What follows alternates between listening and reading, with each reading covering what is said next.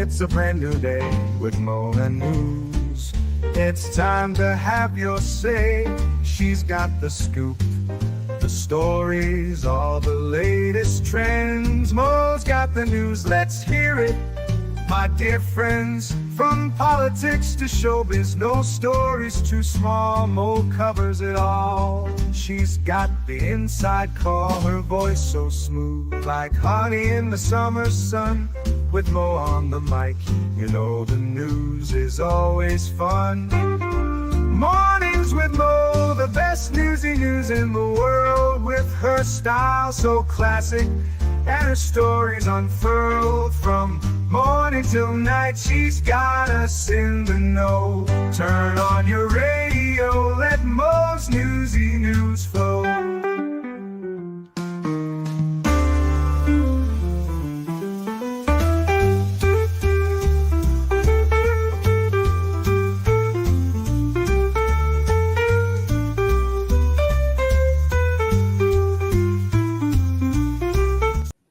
Welcome, everyone. It is the 6th, and I am talking to you from, well, I guess we're going to call ourselves Snowdomistan.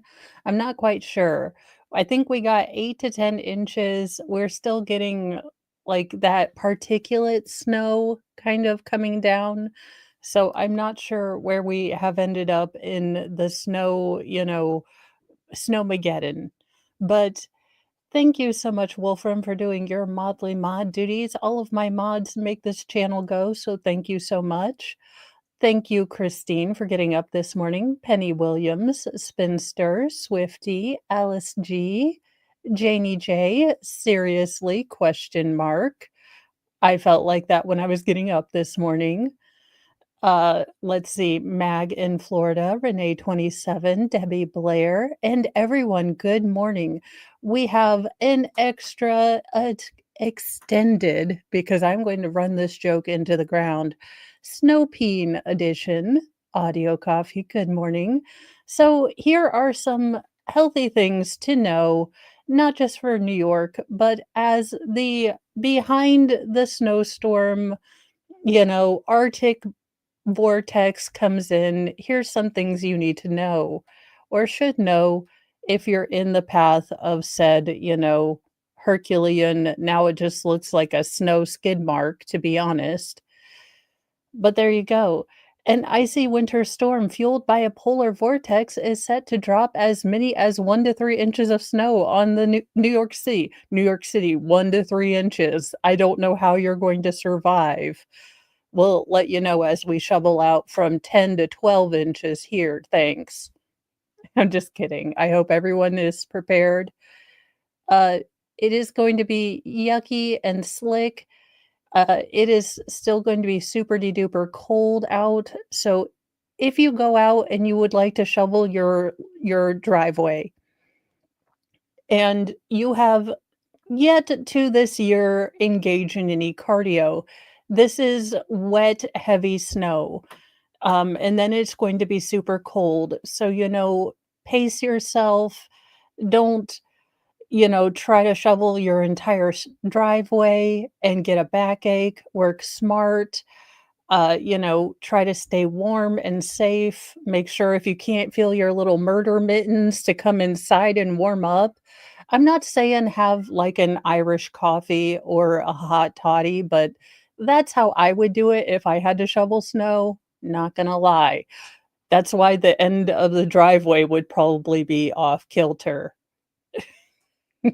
So be careful, keep yourself warm, contact authorities if your power is out, if you're having a hard time heating yourself, see what they recommend. I'm not a heatologist, and I'm more of an arsenologist, unintentional in the full Sarah Boone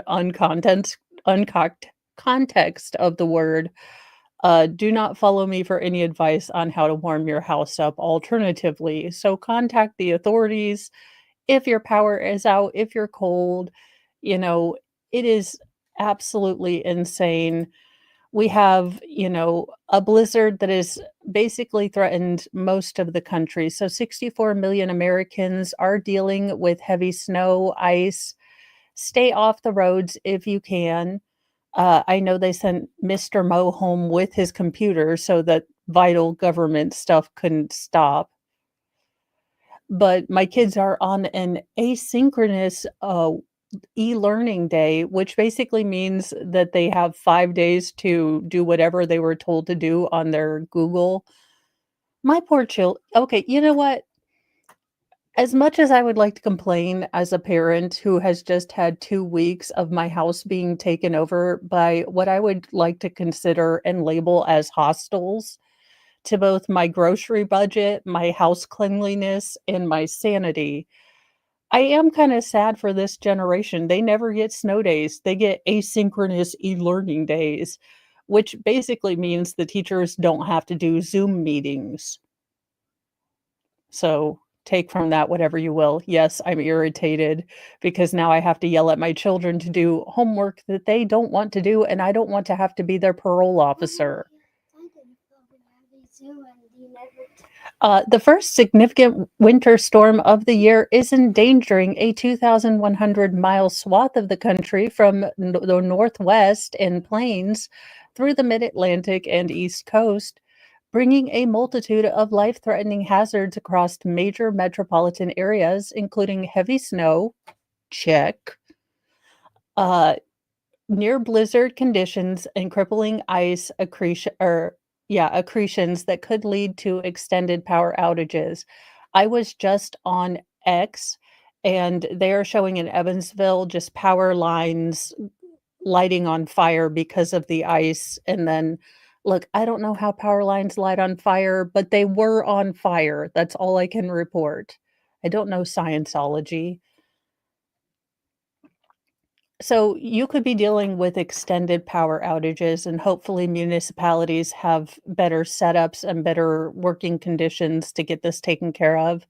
God bless linemen. I mean, I have seen linemen working not I haven't left my house. Y'all know I'm an indoor cat, but previously and in countless other times, I have seen linemen working out in, conditions that I wouldn't wish on my worst enemy. So thanks so much for the linemen who do work, you know, trying to get power out or power back to these people.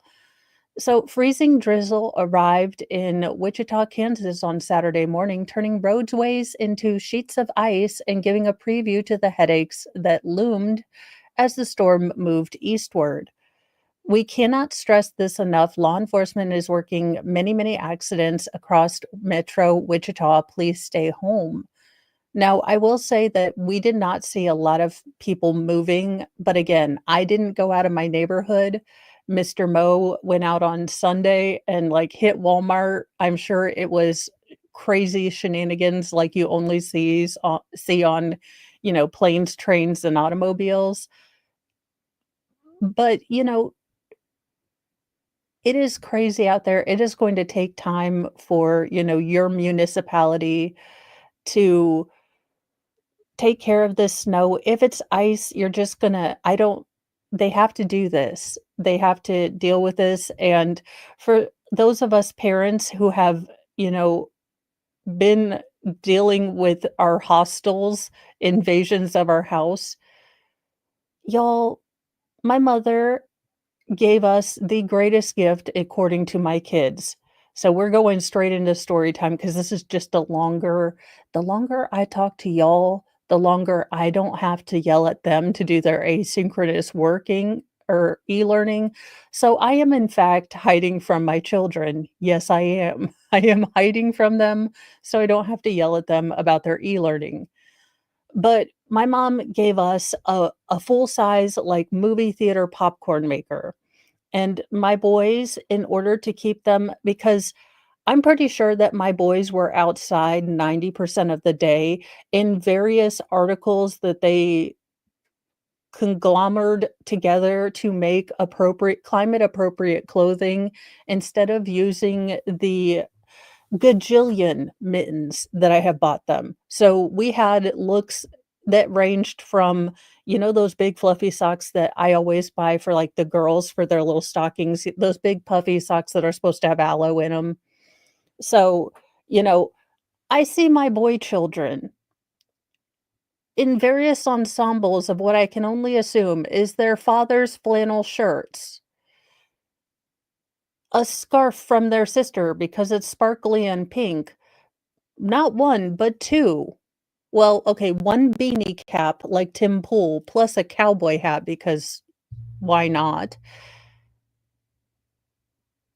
Running around my house, and when I yell at them that you actually have snow clothes on, they said, "Yeah, we already used them and they're wet, so we need to use this." So I now have a pile of wet laundry about knee high because of my boys going in and out. So I can't vouch for the coldness because they kept going out, but I decided to bribe them to not leave my front door open so that the wood stove could heat all of Indiana with using this popcorn maker. I now have, I'm gonna say a light dusting to flurry level popcorn husks just all over my floor. So not only did we get, 8 to 12 inches of snow outside, I now have a light dusting of popcorn carcasses just everywhere. So yes, I am hiding here. I am hiding in here away from my children for all of our safeties. Make sure that, you give yourself, if you do have to travel today, if you don't have to travel, stay home. If there is a way you don't have to go into work, if you are non-essential and you are in any of these affected areas, please stay home. Please be safe. Please, give yourself plenty of time to travel. Have a blanket in your car. Have, some water. Have, supplies in case you get stuck. Just be careful because I don't wanna worry about y'all. I got to keep all of my family here.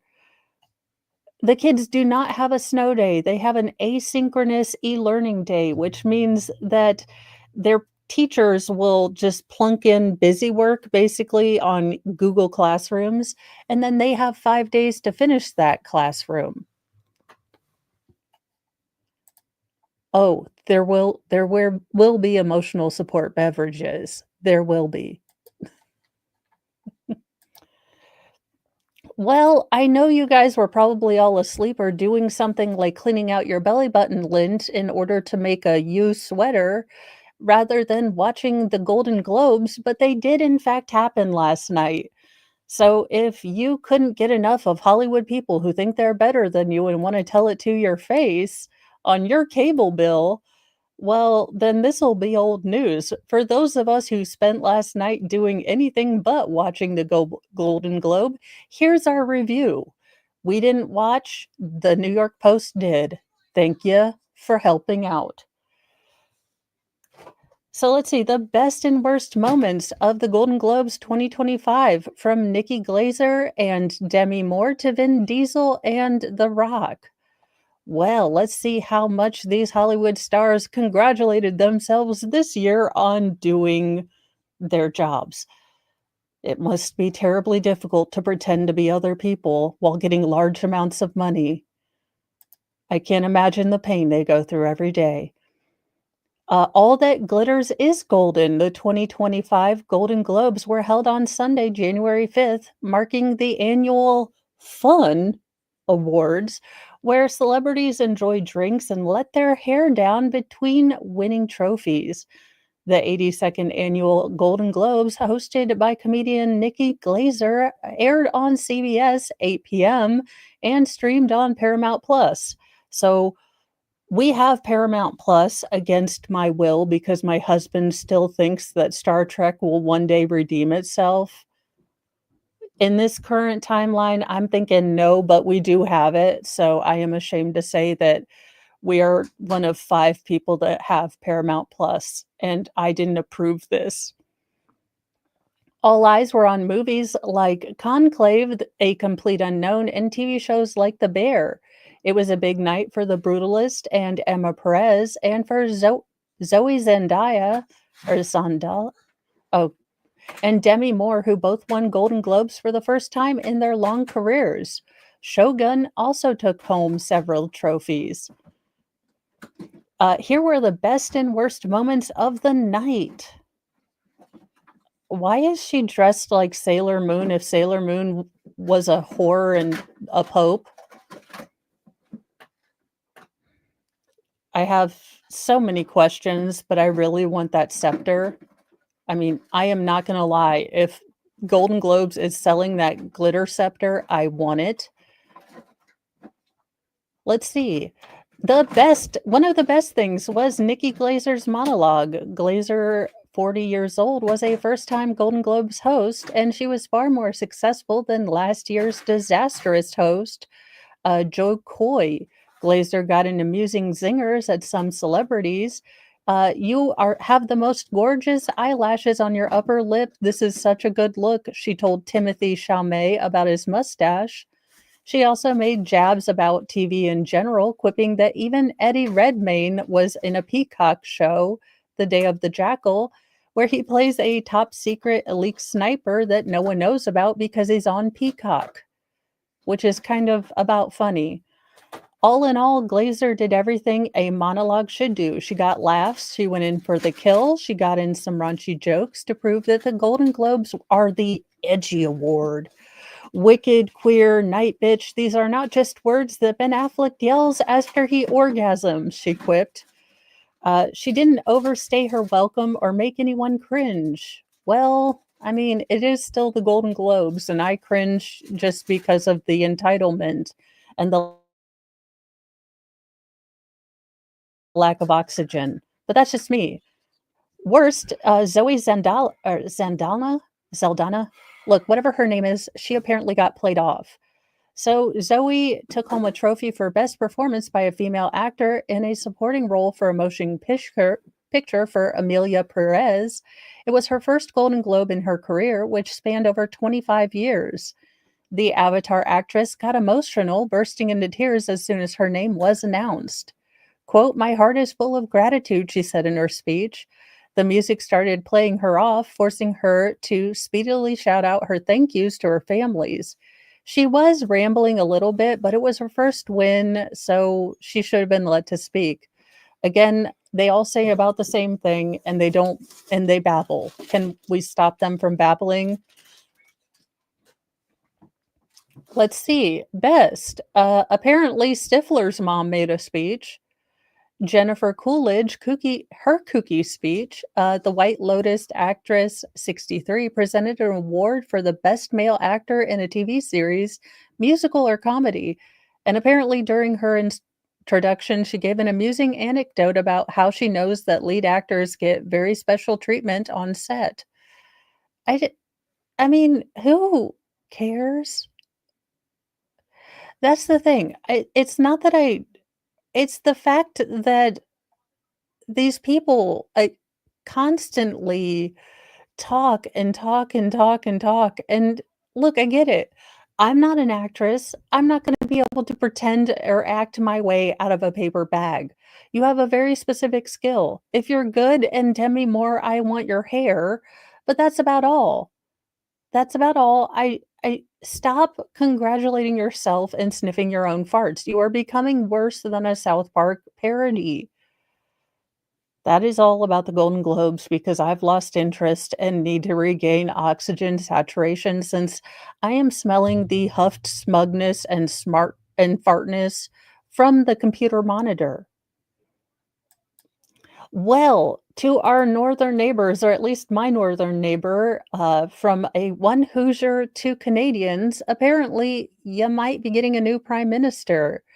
Canadian Prime Minister Justin Trudeau is expected to announce his resignation after mounting uh, calls for him to step down. So it looks like we need to keep I will try to stay on top of it. If there is a press conference about this, I will try to cover it. I will be the first to admit that I am a dumb, stupid American. I do not fully understand or comprehend exactly, where Canada is because as all Americans, I suck at geography. But, I can cover this with the caveat that I proclaim full ignorance on all things Canadian. That doesn't mean I won't make fun of his hair and that he is possibly the son of Fidel Castro. Those are my caveats. Canadian Prime Minister Justin Trudeau is expected to announce his resignation from office this week, according to a report. Three sources have told the Globe, the Mail, and another Canadian outlet on Sunday that Trudeau, 53, is not only, getting divorced from his wife, but Canada. He is leaving as the Liberal Party leader before a critical national caucus meeting on Wednesday. Now, it is unclear what day he could announce his resignation, but it is reportedly possible that it could happen today. Now, that being said, I will tell you that because I am an Uber nerd and I go and watch, Canadian C-SPAN for reasons. Look, their Congress is funner. We need to have a Congress like, Canada, because they get up, people are cheering and booing, and then they basically call, the person on the opposite end everything but, a product of, brother sister marriage. It's great. I love watching it, but I'm an Uber nerd. That being said, members of the Liberal Party are expected to go into work for a 6-hour-long caucus on Wednesday. So it does look like there is something that is going to, happen. Again, the ins and outs, how this is all going to break down for Canadian government, I have no clue. I'd just like to say that. The bombshell report comes as embattled Trudeau is facing increasing calls for him to resign as a Donald Trump presidency and the threat of 25% tariffs on all products north of the border. Oh, it's north. Well, that's a good thing to know. So you learn something new every day. I'm just kidding, you guys. Looms large.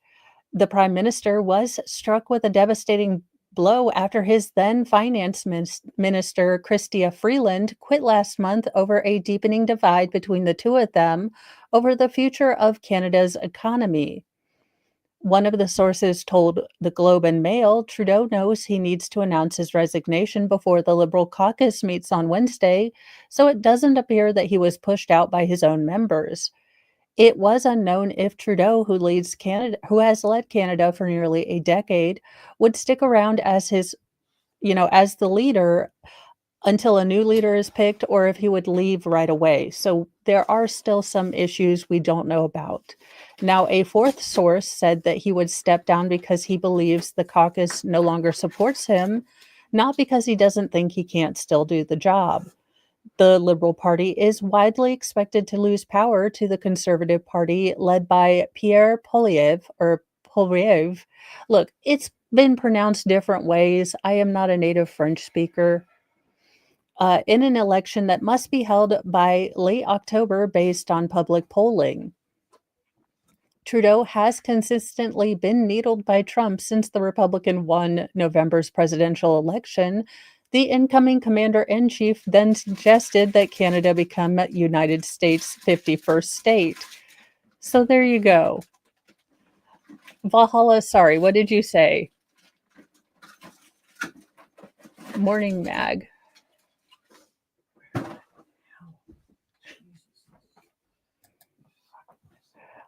Well, Pope Francis is laying the glove down. He has taken his Pope hat and he is telling the nuns to stop being such gossipy girls. The nuns are no longer allowed to be mean girls. And thank you again, New York Post, for your just commitment to never having a video even slightly related to the topic in the article at hand. Because, I'm talking about the Pope, and all I see is, Jeff Bezos' be-boobed girlfriend just boobing it out everywhere. Pope Francis says, stop being mean girls, even though we do wear pink on Wednesdays. Hopefully that is a new rule. Former Catholic hope in here. Less gossip, more gospel. Pope Francis urged a group of nuns with vinegar faces to steer clear of gossiping and to not speak with the devil in an off-the-cuff rant. His Holiness 88 spoke with sisters from the Union of St. Catherine of Salina of the missionaries of the school. Holy good Lord, Sister Catherine, you are the saint of long ass names. Sisters from, this is the entire title, Union of St. Catherine of Siena of the missionaries of the school. Holy fazolies. He warned that their sour faces weren't helping bring people into the church and to adopt a quote, a lifestyle that is friendly and loving towards everyone, end quote. Nuns need to stop being so sour faced. How about you just let them have boyfriends? Actually, to be fair, how about you let them have wine? Apparently, nuns, it's your fault no one's going to church. Quote, many times in my life I have encountered nuns with vinegar face, and this is not friendly, the Pope said per local media. This is not something that helps to attract people, end quote. He then advised them to avoid the rumor mill. Please distance yourself from gossip, he asked. Gossip kills.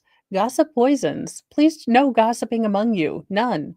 And to ask this of a woman is heroic. Holy shit, Mr. Pope. It's a good thing you're married to Jesus, because if you were married to a chick, this is how her snapped episode happened.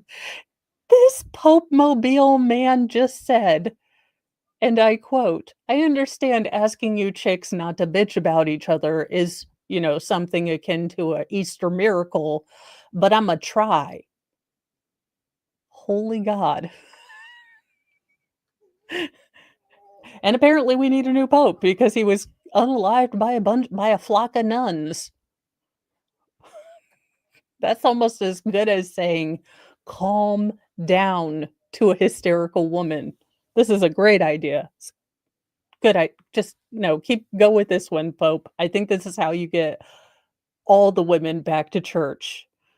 We are thoroughly chastised, and I want to come back and stop gossiping, but I can't because of my daggone fallopian tubes that just won't let me. They won, your popeliness. They won, and I just had to gossip. Pope Francis then urged the nuns to spread the Lord's word and speak with everyone, but have no dialogue with the devil. Please speak with everyone except the devil. Well, you would think as they're like LinkedIn to, you would think that's just their basic job. Like if you were going to go up to someone and have like basic job requirements of nuns, engaging with Satan would probably be one of your like no list from the first thing. I don't know. The devil enters the community. He sees the jealousies, all those things that belong to all humans, not just women. Oh, well, thanks for admitting it's not just a uterine thing. Like the uterus is the equivalent of Pandora's box, only we kept hope inside our wombs. Our evil, but we let all the evil stuff out. Okie dokie. No dialogue with the devil, understood. We don't speak to the devil, His Holiness went on. He thanked the nuns for their work at the school and urged them to be heralds of affability, a gift of the spirit, and joy, living every encounter with a radiant gratitude for the other in their sacred uniqueness. What the hell does that mean? This sounds like a bunch of HR. It sounds like these.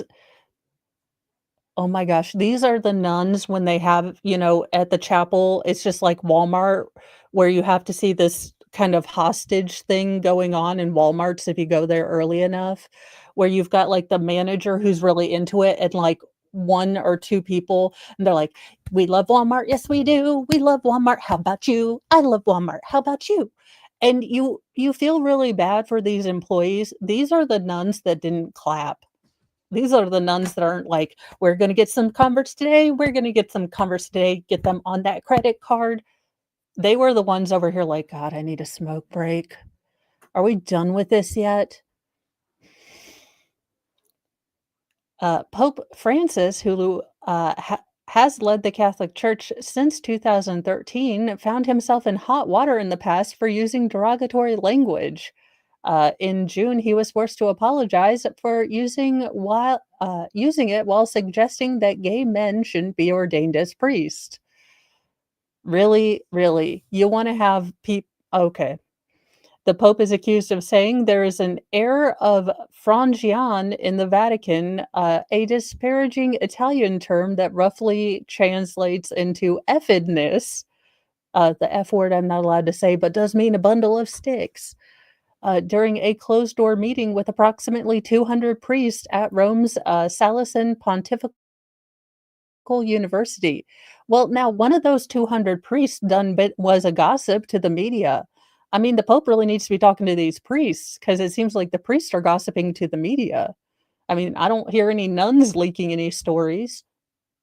I don't know, Pope. Seems like you got your yelling at people for gossiping wrong.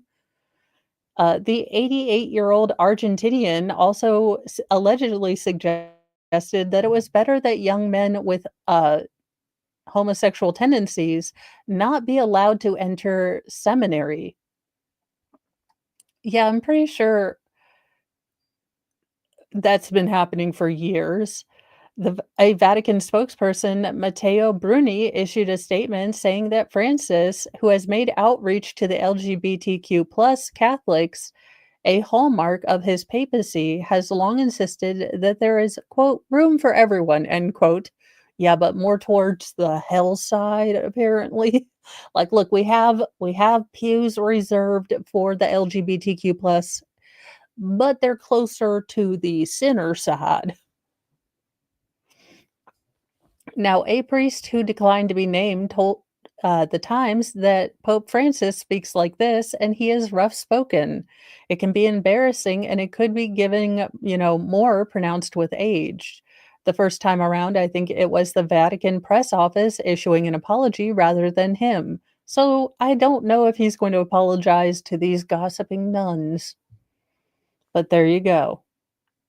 Nuns on a run. People are losing their daggone minds. A man who vanished from a blood-soaked, sober living home turns up not alive in a wooded area. Classmate or housemate is arrested for his unaliving and another killing. The body of a man who disappeared from a Colorado sober living home last month, with cops finding large amounts of blood strewn throughout the residence, sparking a search for him and the other man who was supposed to live there, was found in a wooded area on Friday, prompting cops to charge the housemate with murder after he was caught on the run with a woman in Mississippi. Johnny Rakin Morris, 46, was not only charged with Stephen Walker's murder in El Paso County, but in a killing in Park County as well, according to local police officials. Now, he was caught by officers in Pearl River County, Mississippi on December 30th for an unrelated crime and is now awaiting extradition on charges of first-degree murder, tampering with a deceased human body, and tampering with physical evidence following the discovery of Walker's remains.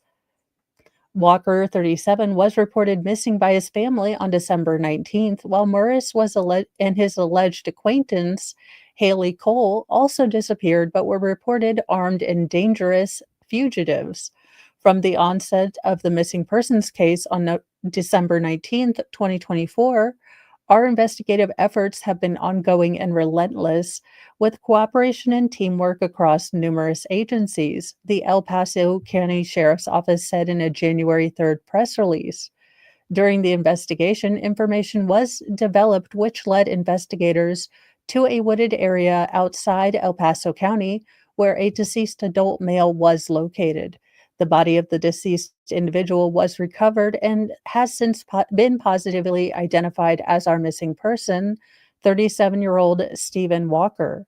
On December 19th, deputies in El Paso County said they got a call that Thursday night to go to a home in the 1800 block of Pima Drive in the Cimarron Hills area.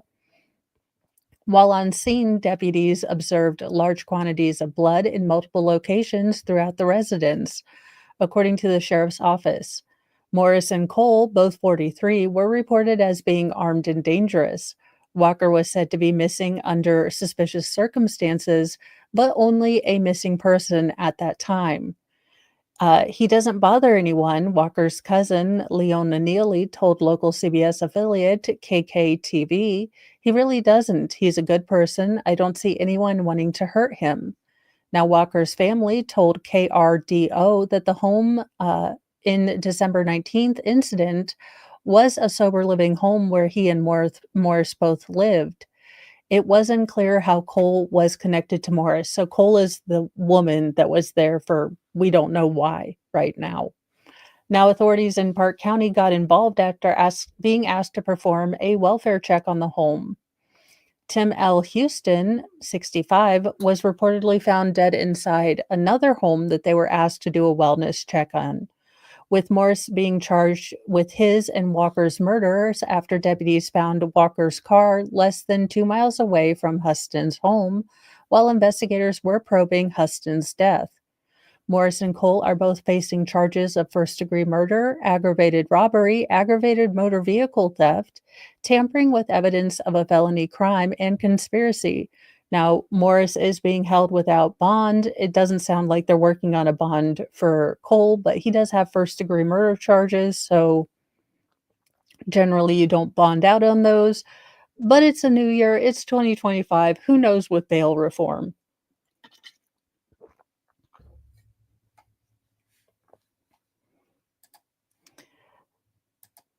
And I know that this story ended up being more about veteran mental health than, a funny story, but it looks like, as an update, there is going to be a plea deal for the man who dove into that Bass Pro Shop aquarium. So, the Alabama man who stripped off his clothes and cannonballed naked into a Bass Pro Shop aquarium pled guilty to several criminal counts and has been accepted into a pretrial diversion program that could result in the dismissal of charges, according to court records. So, George Owens, 43, was arrested in January after he caused a disturbance and then fought with police at the sporting goods outlets in Leeds, a Birmingham suburb. After initially crashing his Chevy pickup truck with his wife and 6-year-old son inside into a light pole outside the retailer, Owens then stripped nude, ran into the store, and jumped into the aquarium. The offender began to yell obscene language at customers and police. Owens eventually tumbled out of the aquarium and, while being handcuffed, began to fight with officers, one of whom Owens kicked in his testicles. While several patrons and other people were observed leaving the store with haste, as cops noted, other Bass customers stayed to record the commotion, the video of which quickly went viral. Police estimate that Owens caused $3,500 in damages to the light pole and an additional $5,000 in damages to a police transport vehicle. Owens' wife told police that she believed that he was having a mental episode. Owens, who claims that he had taken a lot of not street legal pharmaceuticals that he had found in his garage, initially declined to explain why he had jumped into the aquarium. Quote, "If I tell you guys, you will put me in the loony house," he said. Now, then he cited religious reasons for the naked frolic. Owens subsequently pled guilty to several Class A misdemeanors, including public lewdness, resisting arrest, and criminal mischief. Owens' case is being handled by the Veterans Treatment Court, which was established to address the needs of returning service members charged with crimes arising from substance abuse or mental health issues. A judge has ordered Owens, whose military history was not detailed in court records, to enroll in drug treatment and remain drug and alcohol free. He is also prohibited from possessing firearms. If Owens is able to graduate from Veterans Court, charges against him may be dismissed through this pretrial diversion program. Now he is scheduled for a January 7th progress report, kind of review in district court. So hopefully he can get his life back together, overcome whatever he was masking with addiction, and, you know, live this down and go on to have a more productive life. In Do not tell my boys that this is an option for anything, but this is a miracle that this child survived. A young boy survives 5 days in a lion-infested game park in Zimbabwe.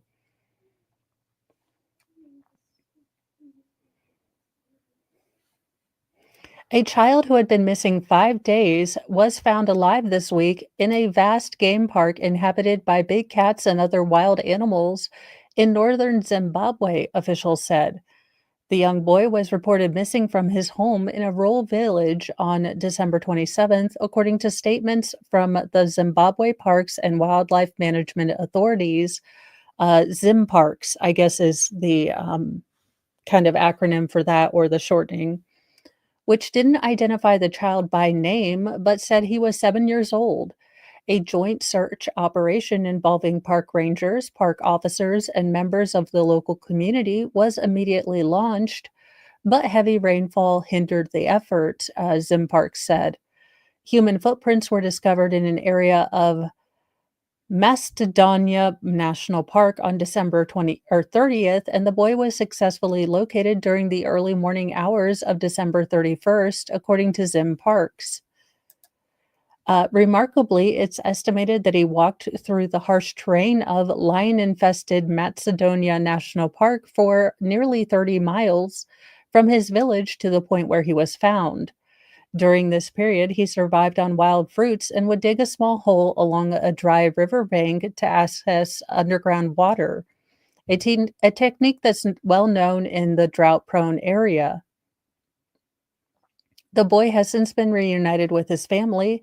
He was taken to a local clinic for a preliminary, examination and later transferred to a local hospital for further medical evaluations.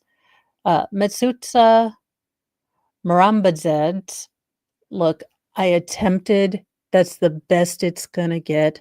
A member of the Zimbabwean parliament for Mashonaland West Province, which encompasses the Macedonia National Park, wrote in a post on X that the boy, whom she said was 8 years old, was very frail when he was rescued and had to be put on an IV drip. What saved him was his technique learned from a young age in dry and drought-prone areas of water drawing from a dry riverbank, digging a mafuku, uh, she said, or they said. The lawmaker thanked everyone who helped find the child, including the brave park rangers and tireless members of the local community who beat night drums each day, hoping the boy would hear the sounds and head back in the direction of his home. This is a testament to the power of unity, hope, prayer, and never giving up, she wrote. So hopefully he is healing and his family is just, hugging him and yelling at him to not ever walk away. And, if you do tend to walk away, maybe don't go in the direction of the lion infestation. But there you go, a happy story, because I'm sure after several days, they probably didn't think that they were going to, you know, get anyone back. Now, I am going to need all Lord Chippy attendants, and I do mean ALL all, because this heifer, this cahoot from hell, this this chick needs to go.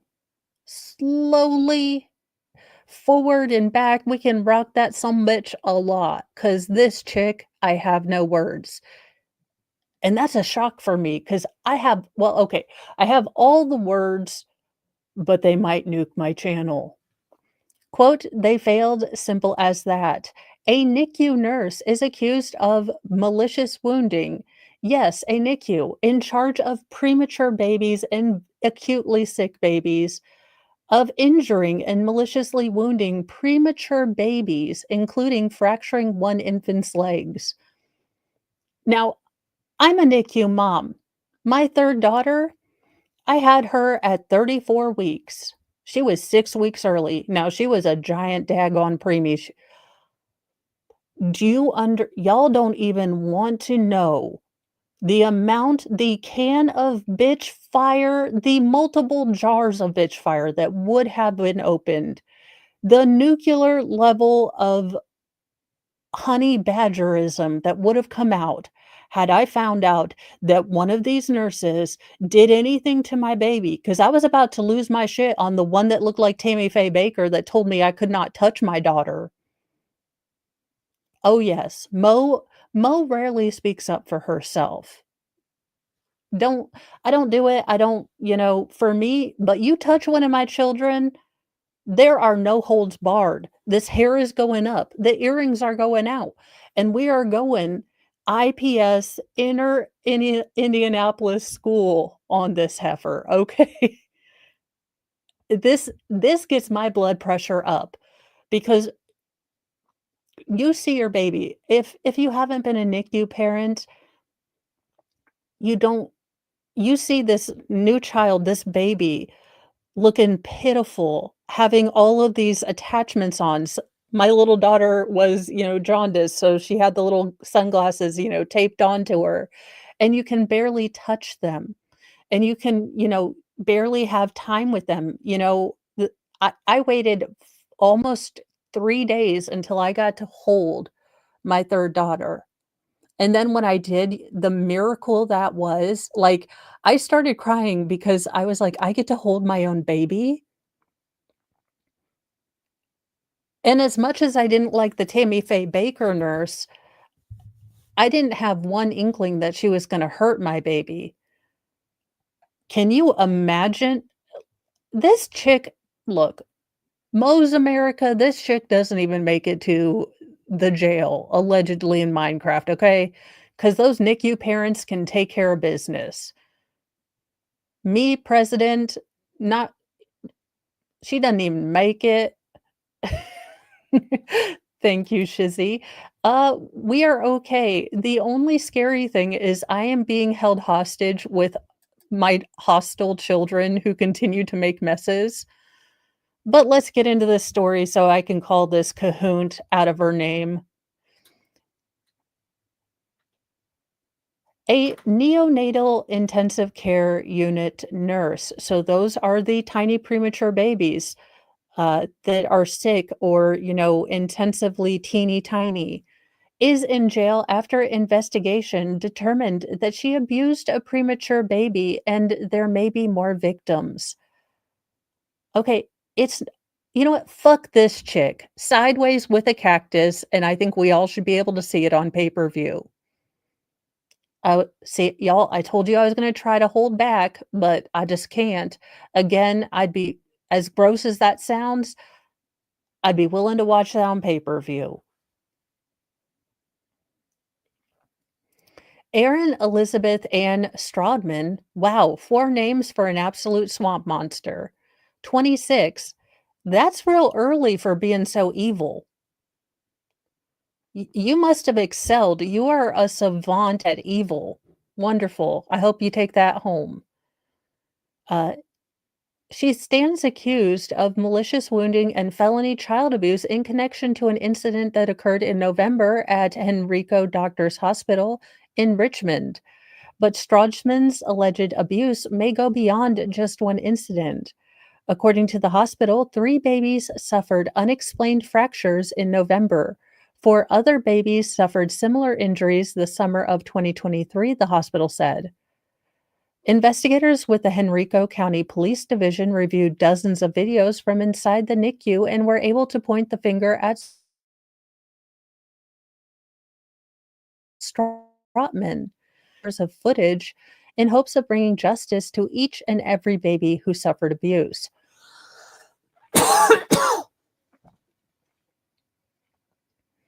We appreciate the families and the public patience that we have been given as we work thoroughly and expeditiously as possible to investigate every piece of evidence in connection to these cases. And you know what we're gonna learn? We're gonna learn that the hospital administration was so worried about falsely accusing, you know, uh, a nurse of, these things that they didn't say anything, or they didn't want anyone to look at their health record, or they were worried about assessments. We are going to look at this story, and I guarantee you, 9 out of 10 times, we are going to find that the administration of this hospital knew there was a problem. I'm guessing there were whistleblowers in the NICU that said, "Hey, 3 fractures in a month is really, a big old spike." We saw it with Lucy Letby. We saw it with was it, Donna Allett? Beverly Allett. We saw it with Elizabeth Wetlaufer in Canada. We've seen it with, Harold Shipley. What is it, Shipley or we have seen this time and time again with these angels of death, with these, sadistic nurses or doctors, that there were signs and administrations in these hospitals, in these overseeing areas. Shipman, thank you, factual lie. You know, ignored it or were so completely blinded or worried about what it would look like if they had one of these, people in there instead of taking the actions to save their patients. You know, my guess is this is going to be a huge case because my guess is the hospital will have known about this. There will have been internal memos about this. So this is either going to be a settlement or an outrage or both.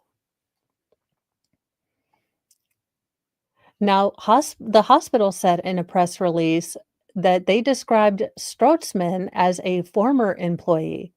And as a precaution, the hospital has shut down its NICU as the investigation unfurls. So great. Now, premature babies and mothers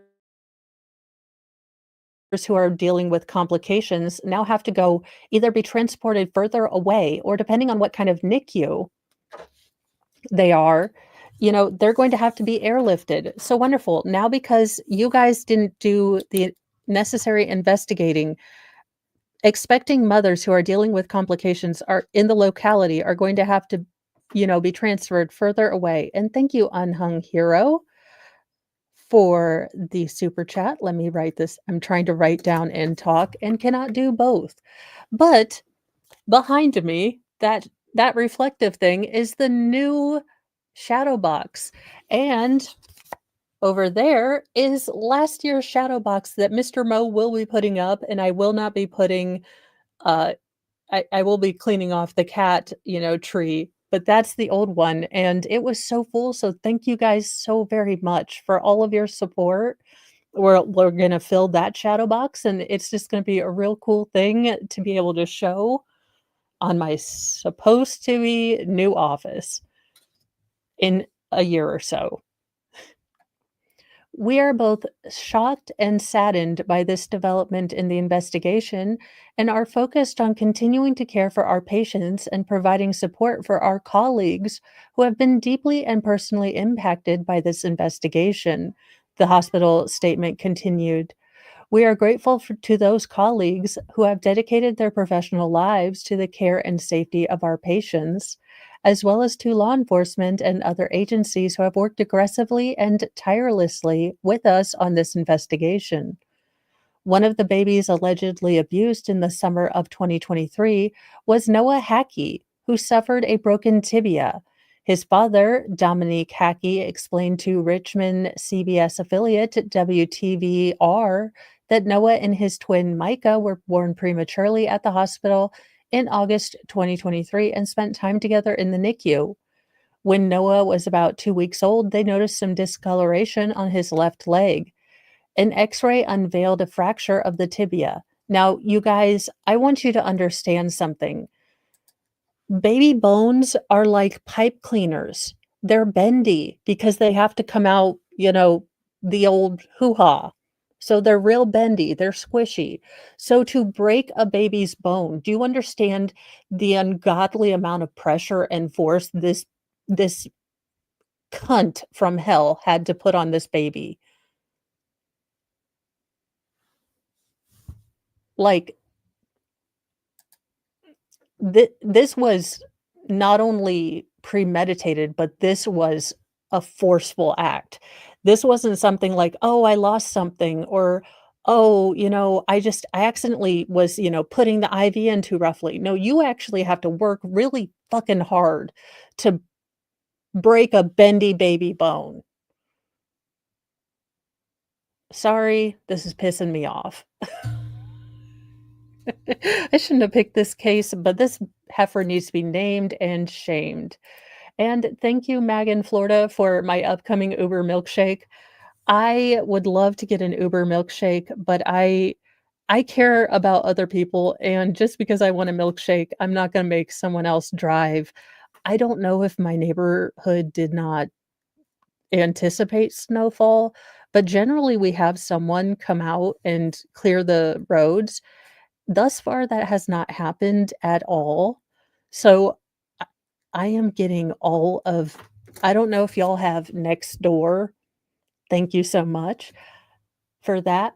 But I next door, basically, I call it neighborhood bitch.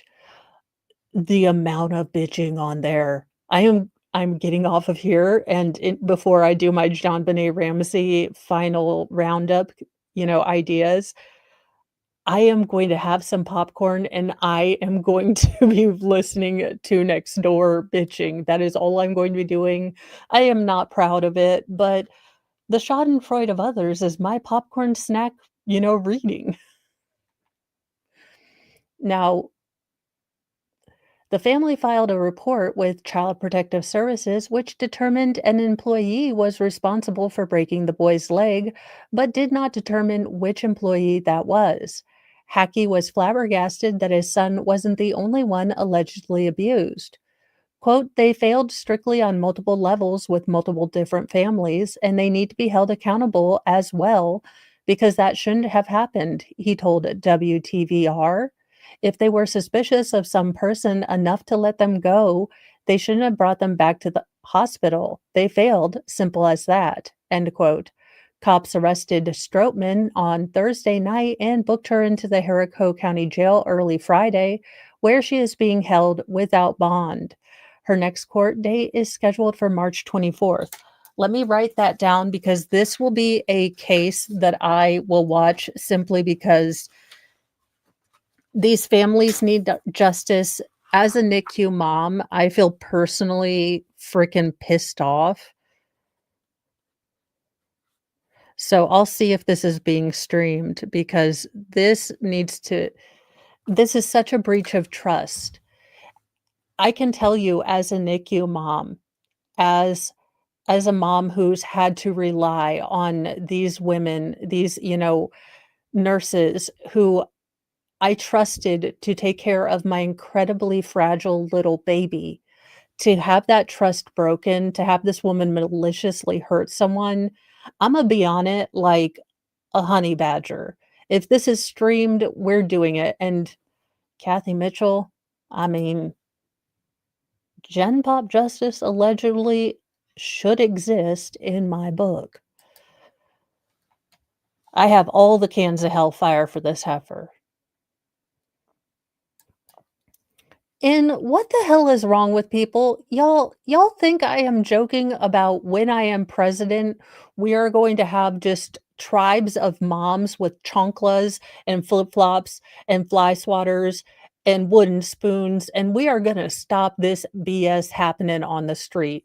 If y'all wanna act like ridiculous toddlers on the street, y'all wanna act like you have no sense, no home training, like your mama never spanked you, well, then we will have just Roman bands of, just radical moms out there bringing shame back to this nation. Celestial Force, if you would want to reach out to him and ask about that, that would be great. I have not personally ever spoken to recovery addicts, so I don't wanna be the first time I'm reaching out to him to ask him for a favor. So if you are currently subbed, maybe this is something you can bring up to that case is one that you can bring up to him and see if he wants to. I know he is incredibly busy and he has all the buttons and he knows exactly what they mean. I have never been more fascinated than when people know what buttons mean. Not gonna lie, I'm easily impressed by people. I'm like, "You have all these buttony things and you know what they mean. That is a gold star for you today." Yes, my kids have e-learning, though they can oh, RA, I was just saying I am always constantly in awe of his setup and how he knows what he's doing with it, and how he can get like, if he does have an issue going on, he can figure it out and fix it himself. That is always I am so amazed because I have, none of those skills. I have absolutely none. So I say all that to say that idiot TikTokers, moron children, kidults, the latchkey generation is coming back, and Moms Bringing Back Shame is going to be an organization that I will start. A mob of gleeful onlookers laughed and mocked a cop lying unconscious on the ground after he was hurled from a speeding car while trying to arrest a woman in Texas early Friday, disturbing video shows. So this is footage from some of these like street takeovers, parking lot takeovers. Looks like he was trying to stop this woman from, potentially unaliving people with a dangerous weapon, a car out of control. The video from Beaumont first shows a woman running across a parking lot and hopping into an open convertible being chased by a police officer. When the officer tries to leap onto the car's back seat to stop her, the woman hits the gas, sending the cop flying headfirst onto the pavement. And I'm not going to leave a picture of a knocked out cop on my screen. I know there are good cops there. Oh, wow. You know, ladies, Imma tell you, we can do a lot with some concealer and a wig. I am I'm not I am not lying. That is not even the same daggone person. We are some magicians, okay? As the officer who suffered a serious head injury, authorities said, lay unconscious on the ground, a throng of young bystanders didn't get out, didn't help, didn't do anything, just laughed and cheered and videoed. Quote, "Yo, yo, police, step on my man," a person jeered as the convertible sped out of the parking lot. Police later arrested the car's suspected driver, 28-year-old Jamisha Butler, who faces charges of intoxicated assault and evading detention, both resulting in serious bodily injury to a peace officer, the Beaumont Police Department said on a Facebook post. The unnamed injured officer was rushed to a nearby hospital and treated for a brain bleed. Now, these are incredibly dangerous. Any change of pressure, any increase in pressure in the, brain case is incredibly dangerous and life-threatening. But he is in stable condition. As the video made rounds on social media, commenters joined on the sick mockery. Quote, Beaumont police plays dead after a woman smoothly escapes, wrote one account, which has more than 70,000 followers on Instagram. One commenter said, dude thought he was Paul Blart, referring to the bumbling security guard played by Kevin James in the comedy flick Mall Cop. Another person wrote, he say, I'ma just lay here and pretend like that didn't happen. Now, cops also nabbed another woman involved in the ruckus. Melissa Bell, 22, who allegedly kicked and kneed the arresting officer while he was trying to bring her to a patrol car at one point. Both Butler and Bell had prior arrests. Are we shocked? Probably not. Bell was busted in her latest alleged antics for public intoxication, resisting arrest, interference with public duties, assault on a police officer, and outstanding warrants. Just, y- I'm telling you, people, regular, everyday American citizens, those of us that just want to be left the F alone and we will leave you the F alone, are getting real, real tired of all these shenanigans.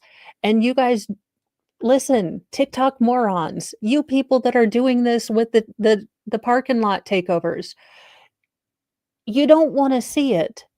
When John and, Sally Q Public and every single one of us that want to be left the F alone, don't want to deal with your dumb behinds, don't want to go into the cities. When we all start getting pissed off and fed up and start taking care of this because the government isn't, it's not going to be pretty. So I would suggest greatly, if you want to show your ass, you better pick a inhabited parking lot and you better take all your cars there because we're getting tired of it. We're getting tired of it. You better leave the latchkey generation alone, because we were taking care of ourselves by the time we were 8 and a half, watching Power Rangers, making our own four-course meal out of SpaghettiOs with meatballs. Do not mess with us. We are the generation raised by Phil Donahue, Sally Jesse Raphael, and Ricky Lake at sometimes. We have been through Maury, Jerry Springer, and South Park. Do not mess with us, children. The latchkey generation don't play. We drank out of hoses. We did our stupid stuff before were invented. Don't mess with us. We used to go outside, out just driving around, leaving a post-it note. No one knew where we were. Do not mess with us. We are stealthy, we are mean, and we hold a grudge because we've had to learn too many damn different technologies in our life. Don't mess with us. The latchkey generation is getting really close to being the get off my lawn generation, and it's not going to be pretty. The latchkey kid generation is back. We're taking back our words. Look, we never meant no hate by any of the words that we said, but we said them. So we're bringing back the G word. We're bringing back the, you know, R word. We're bringing back those words because we didn't mean any hate by them, but the latchkey generation is back. Boomers move over, latchkey generation is here. You done ignored us enough. We're ready to start some stuff. Let's get on this. We're bringing back moms bring back shame. I don't want to have to do a million mom march, but I'm about there, y'all. Well, if this isn't enough to be creepy, Americans are being, are alerting about quote unquote chemical fog, not frog, fog. Uh, yeah, we latchkey. Look, the latchkey generation then overspoiled the millennial generation, and now we have, well, I don't even know what we have right now. Uh, so apparently, people are raising the alarm on chemical fog spreading across the US, a phenomenon that is sparking bioweapon conspiracy theories after drone sightings. So just to start your year off with, drones, attacks of a terroristy kind and a cyber-trucky kind. That Cybertruck story, holy fazoli's, like, what is going on in that story? But let's get into this conspirosity before we go into another conspirosity. A new year, new conspiracy theories. Part Parts of the US have been blanketed by a quote unquote mysterious fog, sparking concerns with locals who claim it has a chemical smell and exposure can result in flu-like symptoms. A Florida resident told Daily Mail that they felt sick after being outside in the fog for just 10 minutes. Quote, within about an hour, I kept sneezing over and over for about 3 hours and my eyes were really puffy. That's why we don't play in DMT or DET, not DMT. I, It's DET.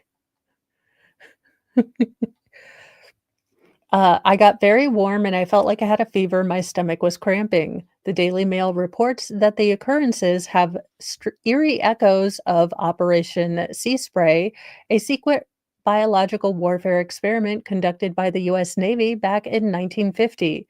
At the same time, Seriata marnicis and Bacillus globali bacteria were sprayed all over San Francisco Bay to determine how vulnerable a large American city would be to a bioweapon attack. Well, I mean, where else to test a bioweapon than on San Francisco? What the hell? Past American government, that was a little hateful. I mean, it's San Francisco, but damn. At least one American was unalived and 10 others were seriously sickened. 'Cause who'da thunk it if you spray a bunch of bacteria on San Francisco at the advent of penicillin, it might be bad. Conspiracy theories have run rampant on social media as people in multiple states have reported a similar phenomenon, which comes after drone sightings in some areas of the country. Footage online shows a flurry of particles floating within the fog, sparking fears that it's no ordinary weather event, but rather some bioweapon users allege. Now described as thick, lingering blanket, the fog has left people sick, many experiencing sudden cold or flu like symptoms after only brief exposures. One person on X claimed of the so called chemical fogs. Dubbed Fogged 24, some victims also reported unexplained losses of energy. According to the Daily Mail, people on X have reported strange smells that burned their nose, speculating that the government dumped a bunch of microbes on the country this week in the form of fog. It tastes and smells like the after effects of setting off a lot of fireworks. That sulfur smell, it's freaking me out, one TikTok user wrote. Meanwhile, a Kansas resident has also told the outlet that she saw massive amounts of chemtrails in her area preceding the onset of the fog. So, I mean, it does look very unusual, not gonna lie. And it is 2025, so again, our government turning us into Raccoon City is not beyond the pale of possibility. That's not fog, that's like chunky rain. Looks like a horde of locusts. What the heck? I mean, it looks like just a swarm of gnats. However, there is a scientific reason for why fog forms, and it has nothing to do with biological weapons. Fog, a cloud of water droplets or ice crystals that forms close to the Earth's surface, occurs as a result of air temperatures reaching its dew point, which is the maximum water saturation the air can handle. Because it's comprised of tiny particles, shining a light into fog, as seen on social media, will make them visible.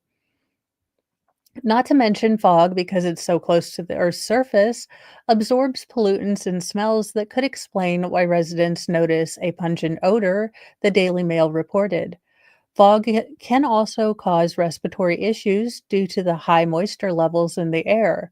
Fall and winter months are the most common times of the year when fog forms, which may also explain the uptick in this phenomenon across the country. So there you go. It may be fog or it may be insanity. In a better story, and it's not a very long one, but I do find it really awesome when programs are actually working, or let's hope this one actually works.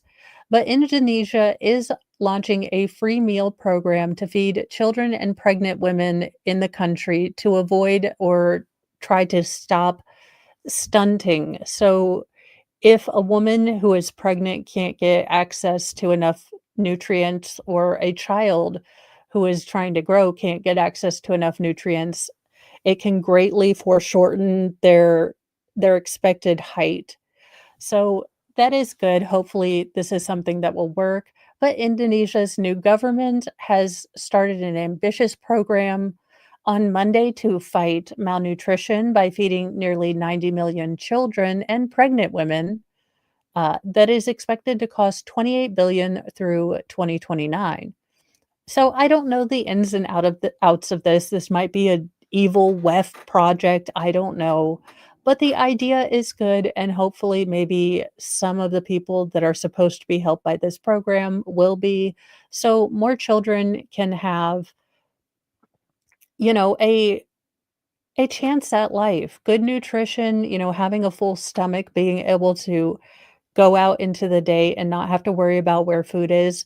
That is the very least that us, the entire world could do for our children.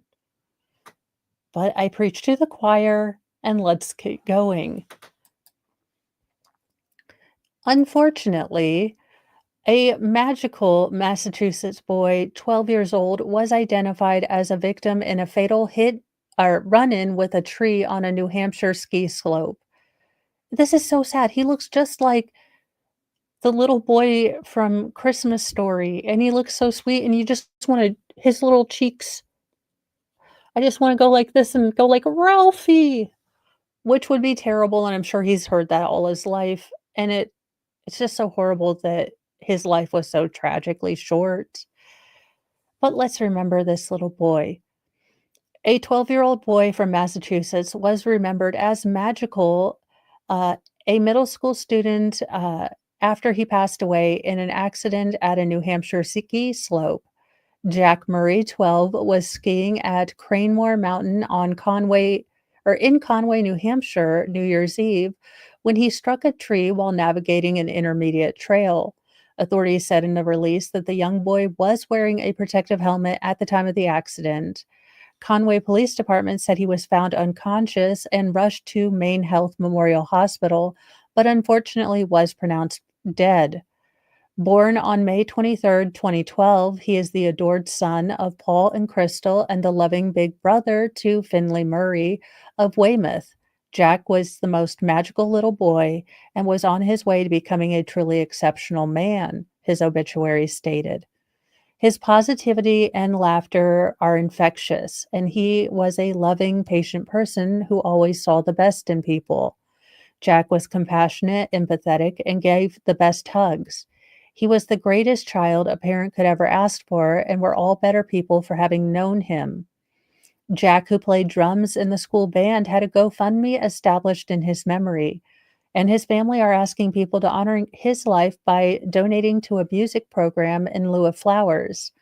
Helping other aspiring musicians like Jack get access to enrich their lives through the arts is a wonderful way to honor Jack's memory, his father Paul Murray wrote on the GoFundMe page.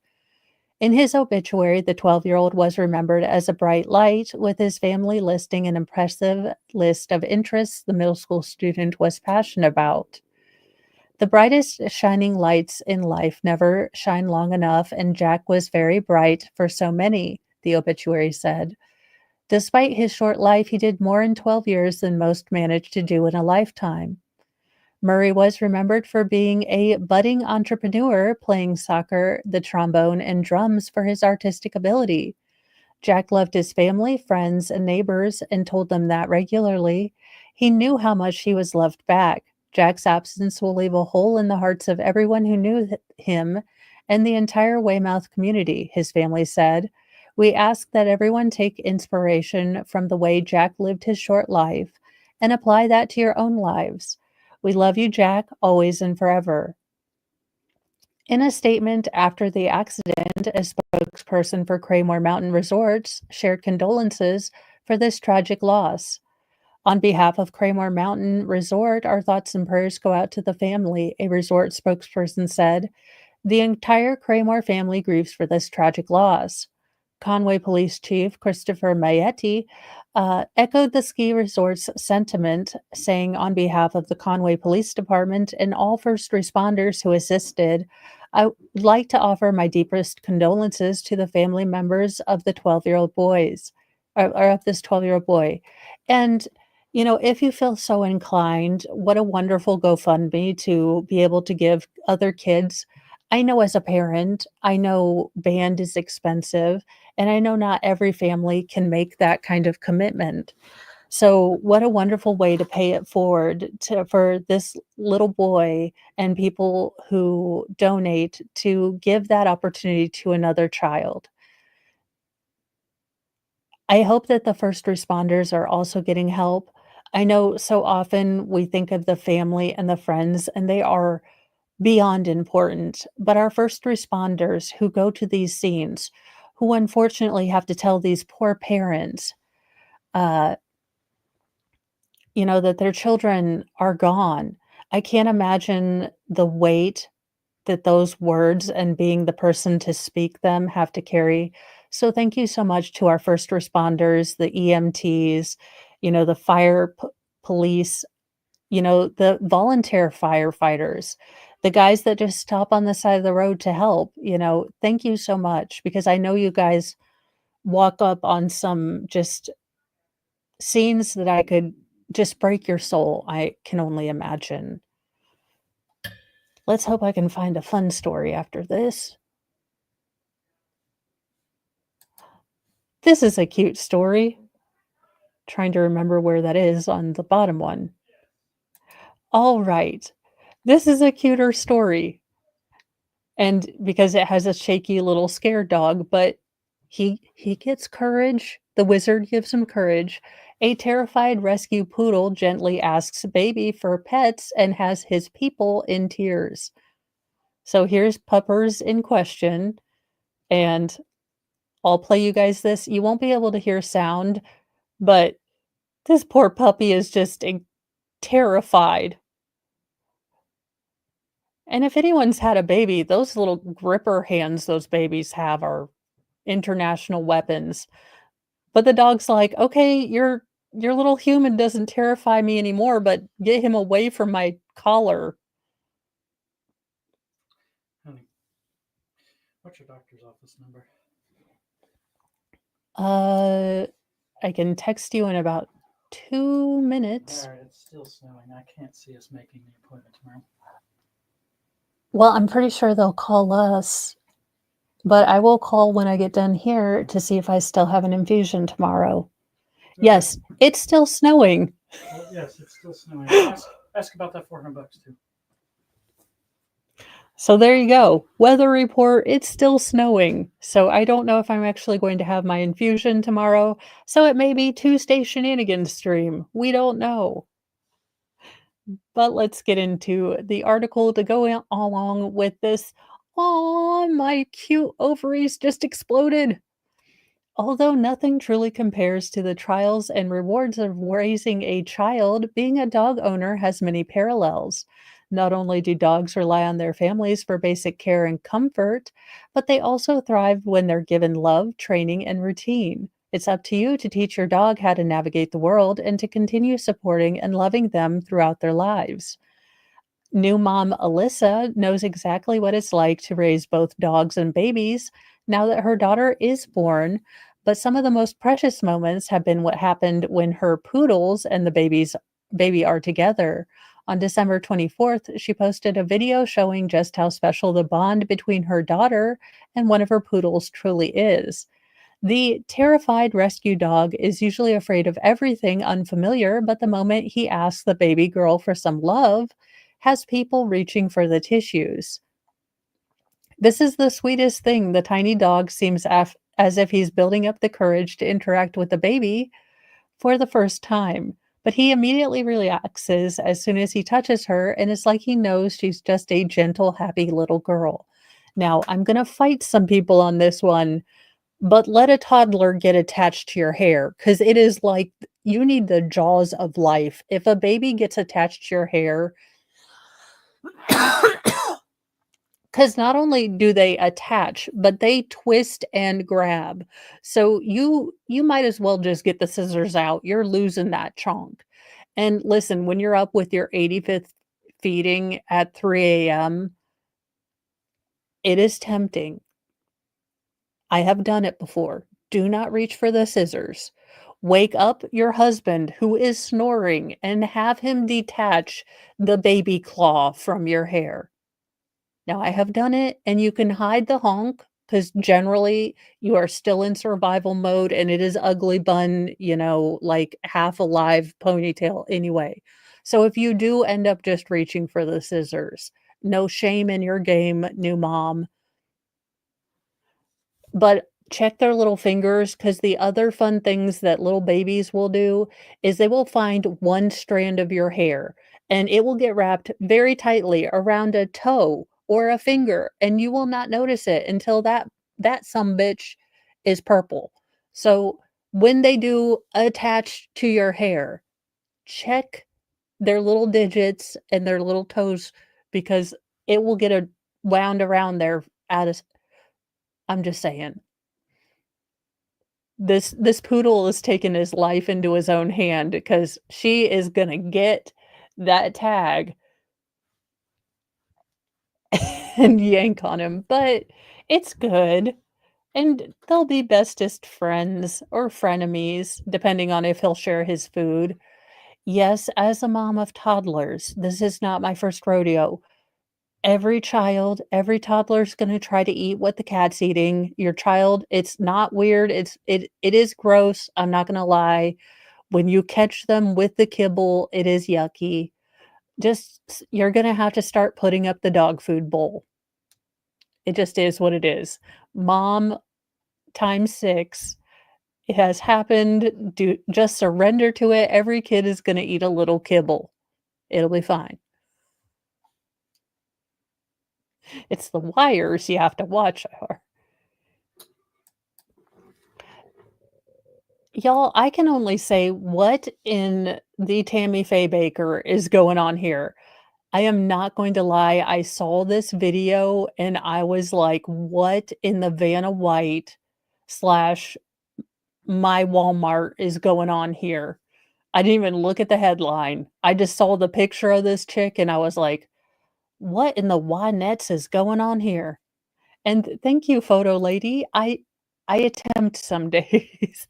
I know this chick with my volume of my hair and my eyeshadow, but one of these days, Imma look just like I'm just kidding, ma'am. If you feel awesome with this particular makeup, you rock it.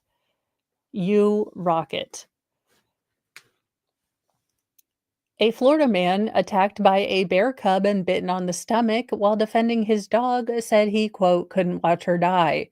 Ladies, if this man is single, we find him and you get married to him. Any man that would go up against a bear for his dog is a good man. And he's also gonna, he is gonna fight on Black Friday. He is gonna get you one of them Pokemon. Okay. He will get you one of them Furbies. You know he will.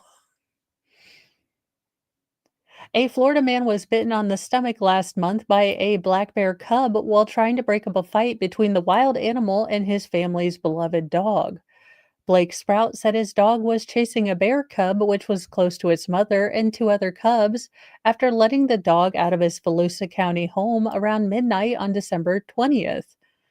Uh, Fox 35 Orlando. Thank you, Iris. Yeah, I I like the color. I was going for Poison Ivy Sexy Red, and I got more, like Poison Ivy's Librarian, but still, like, secretly sexy red. So I'm probably going to transition more to, like, Poison Ivy, but I like this color because I get to play with rust. And who doesn't like a good rust color when you have the skin pigmentation of nothing? When you, in a crop top, could double as a lighthouse on the shores of Maine, having red hair, even if it's fake, is a good thing. Let's see here. So he growled, charged, and just latched onto my stomach, Sprout told the news outlet of the bear. His dog, a Pomeranian named Karen. You know, in my America, Pomeranians must be named Karen. Because those dogs yap more than anything I've ever met about nothing. All Pomeranians in Mo's America will have to be named Karen and or Kyle. It just is what it is.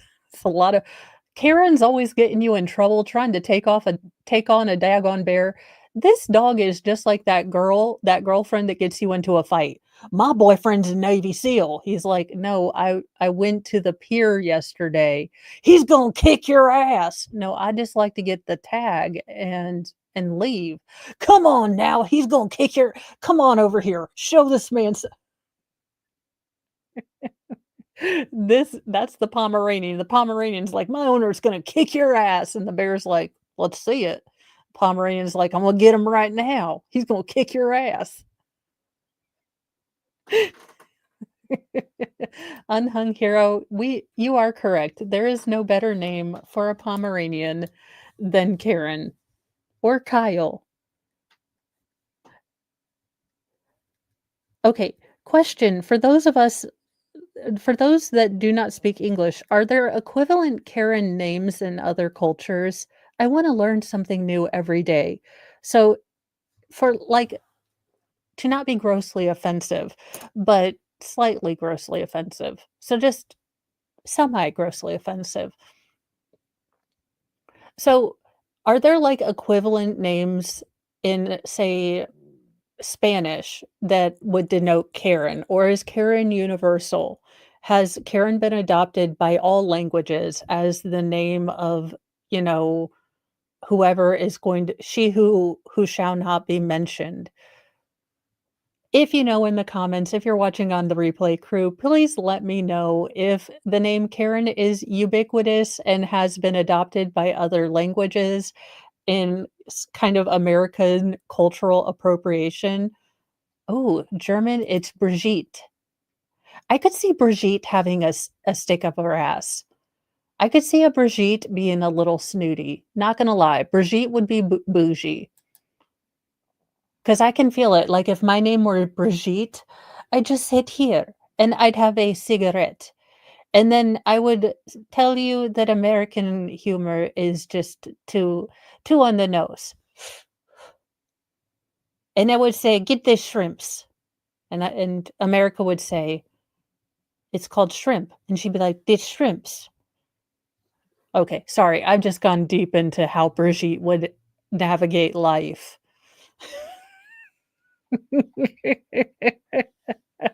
But it looks like they are okay.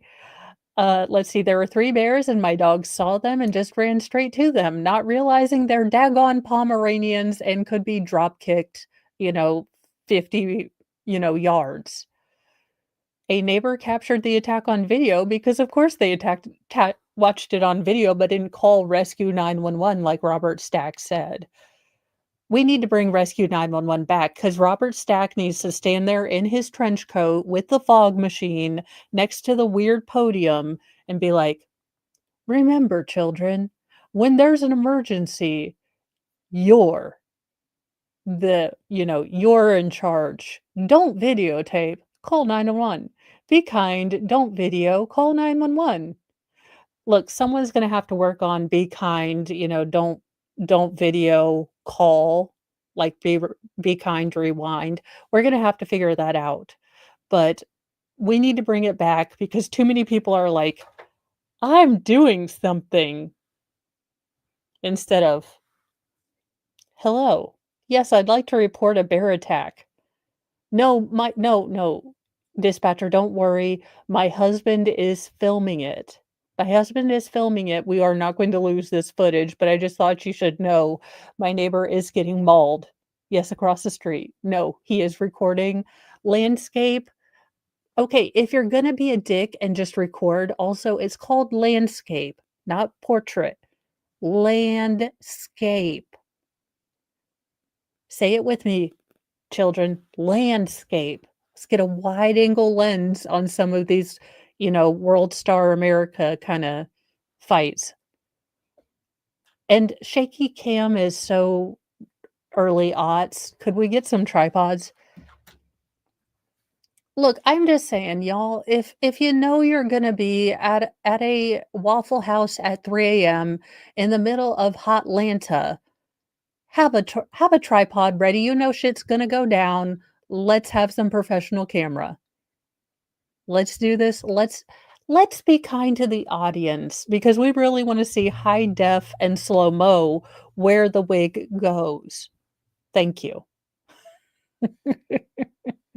It looks like both dog and owner are going to live, but that is one nasty bruise, and your wife is so proud you showed your Calvin Kleins. And there's, Princess being good, taking care of business, maybe not, picking fights with bears anymore until tomorrow, and the cone of shame is off. Now, can we get a round of applause for a badass Grambo? We are going to end on this story, but this woman is a badass with a capital B and A. A restrained woman, 75 years old, escaped her kidnapper, unfortunately only to learn that her boyfriend was not living inside their home. But this chick done beat this ridiculous shirtless man with some moves. Cops in Arizona have arrested a man after a 75-year-old woman was kidnapped and her boyfriend was found deceased inside their home. Deputies at the Cochise County Sheriff's Office responded around 8:10 p.m. Friday to a report of a woman being kidnapped in Pierce, which is about 80 miles southeast of Tucson, according to the press release. The woman said she was in a workshop in the rear of her home around 3 p.m. Friday when a masked man entered the rear in dark clothing and then pointed a force multiplier at her. Now, the woman told police that the man restrained her and placed a blindfold over her eyes. She subsequently heard several loud noises, but wasn't sure what happened. Once night fell, the suspect moved the victim into her 2007 silver Chevrolet Avalanche, forcing her into the back seat. Ah, Puddle Town, thank you for the super chat. No word equals Karen, but Pasada is rather that she talks too much or she insists on a lot of something. Well, thank you, Puddletown. I was confused because it seems like something that would be somewhat common in the human experience, but I wasn't sure if there was if every culture picked out sort of like the super B word name or if it was something that was more a word describing the behavior.